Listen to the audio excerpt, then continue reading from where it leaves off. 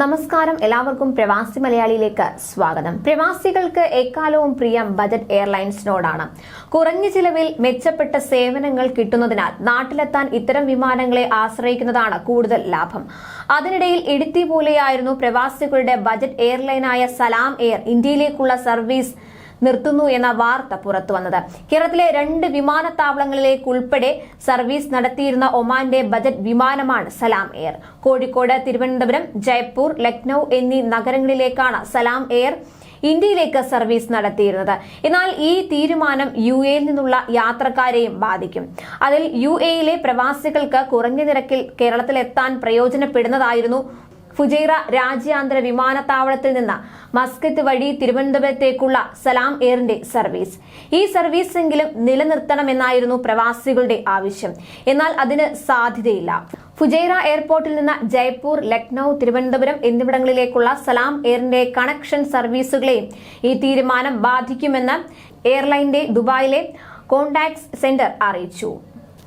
സലാം air ഒരു ഇടവേളയ്ക്ക് ശേഷമായിരുന്നു UAE-യിലെ ഫുജൈറ രാജ്യാന്തര വിമാനത്താവളത്തിൽ നിന്ന് യാത്രാ വിമാന സർവീസ് പുനരാരംഭിച്ചത്. ഉയർന്ന ടിക്കറ്റിൽ നിന്ന് ആശ്വാസമായി പ്രവാസികൾ വളരെ പ്രതീക്ഷയോടെ കണ്ടിരുന്ന സർവീസ് കൂടിയാണ് ഇതോടെ ഇല്ലാതാകുന്നത്. സലാം എയറിന്റെ വെബ്സൈറ്റിൽ നിന്ന് ഒക്ടോബർ 1 മുതൽ ബുക്കിംഗ് സൗകര്യം നീക്കിയിട്ടുണ്ട്.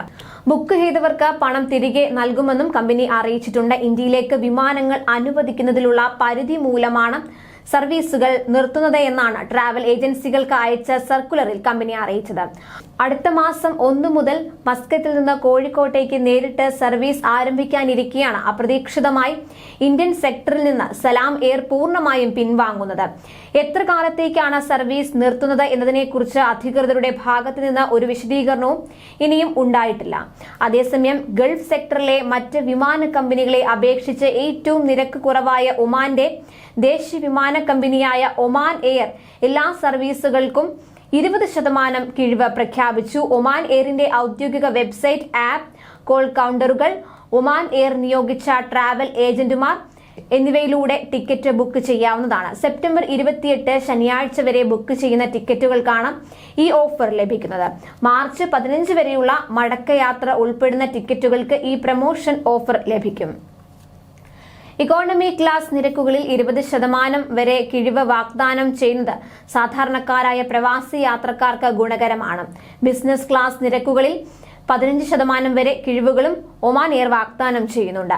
കരിപ്പൂരിലേക്ക് സൗദിയിൽ നിന്ന് നേരിട്ട് സർവീസ് ഇല്ലാത്തതിനാൽ മസ്കറ്റ് വഴിയുള്ള ഒമാൻ എയറിന്റെ സൗദി, ഒമാൻ, ഇന്ത്യ കണക്ഷൻ സർവീസുകൾ മലബാറിൽ നിന്നുള്ള പ്രവാസികൾ ഒമാൻ എയർ സർവീസുകളെ കാര്യമായി ആശ്രയിക്കുന്നുണ്ട്. കൂടുതൽ പ്രവാസി വാർത്തകൾക്കായി ഈ ചാനൽ സബ്സ്ക്രൈബ് ചെയ്യുക.